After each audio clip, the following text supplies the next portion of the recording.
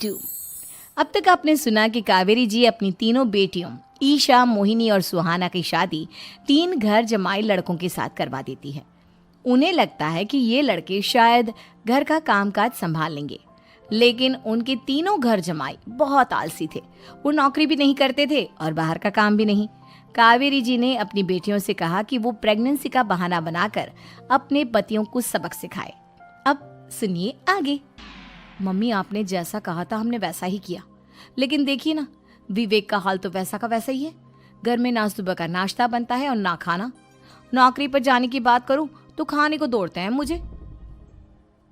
हाँ मम्मी, मैंने भी सुमित को कितनी बार कहा कि अगर नौकरी नहीं करनी तो कोई छोटी सी दुकान ही खोल लो। घर का खर्चा कैसे चलेगा? देखो दोपहर के 12 बजने आए और जनाब अभी तक सो रहे हैं। हाँ मम्मी, ईशा और सुहाना ठीक कहती हैं। अविनाश का भी यही हाल है। जब मैंने अपनी प्रेगनेंसी के बारे में कहा तो मुझसे कहने लगा, अरे दूसरी लड़कियां तो 9-9 महीने तक नौकरी करती है, बस डिलीवरी के टाइम छुट्टी लेती है। मोहिनी, तुम भी नौकरी करो। अब मुझे कहाँ नौकरी मिलेगी? मम्मी बताओ अब मैं क्या करूं? हे भगवान, क्या सोचकर घर जमाई दामाद लाई थी मैं कि मेरी बेटियां मेरे पास रहेंगी और खुश रहेंगी, लेकिन इन आलसी दामादों ने तो हमारी जिंदगी को भी प्रॉब्लम में डाल दिया है। मैं तो कहती हूँ मम्मी, हम लोग वापस अपनी जॉब पर जाना शुरू कर देते हैं। बता देते हैं इन लोगों को कि हमने प्रेगनेंसी का बहाना किया है। नहीं नहीं बेटा, ऐसी गलती भी मत करना। अगर तुमने ऐसा किया तो इन तीनों की आदत और ख़राब हो जाएगी। अरे आज नहीं तो कल कभी तो तुम प्रेग्नेंट होगी, तब वापस यही प्रॉब्लम आएगी। तब क्या करोगी तुम तीनों? हाँ मम्मी, आपकी बात तो बिल्कुल सही है। इन लोगों को तो सुधारना ही पड़ेगा। लेकिन कैसे? अपने बच्चों के आने की खबर सुनकर भी इन लोगों पर कोई असर नहीं हो रहा।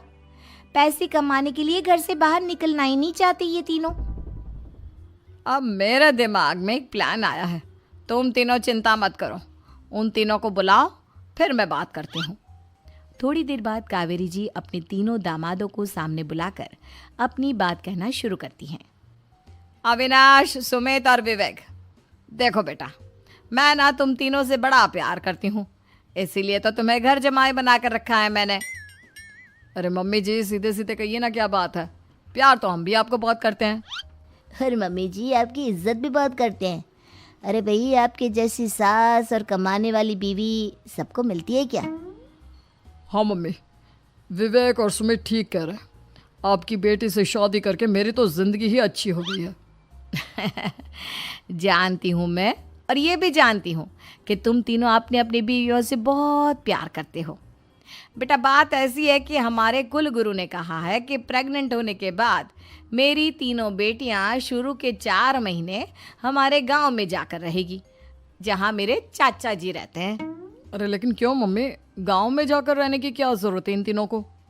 वो क्या है ना बेटा, हमारे परिवार को एक श्राप है। अगर मेरी बेटियों ने यहाँ पर बच्चा पैदा करने की कोशिश की तो उनके बच्चों को कुछ भी हो सकता है। इसलिए अब से लेकर 4 महीने पूरे होने तक इन्हें गांव वाले घर में रहना पड़ेगा। हाँ तो इसमें प्रॉब्लम क्या है मम्मी जी? हम भी वहाँ जाकर रहेंगे, पिकनिक मनाएंगे। अरे भाई, बीवी जहाँ हम भी वहाँ।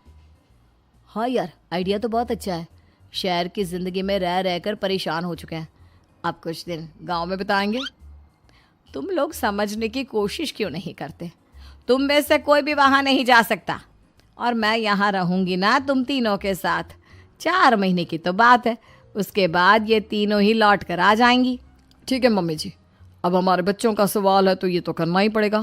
कावेरी अपनी तीनों बेटियों को कुछ दिन के लिए घर से बाहर कहीं दूसरे शहर में रहने के लिए भेज देती है। कुछ दिनों के बाद, अरे मम्मी जी, बहुत दिन से पिज्ज़ा नहीं खाया, मंगवाइए ना।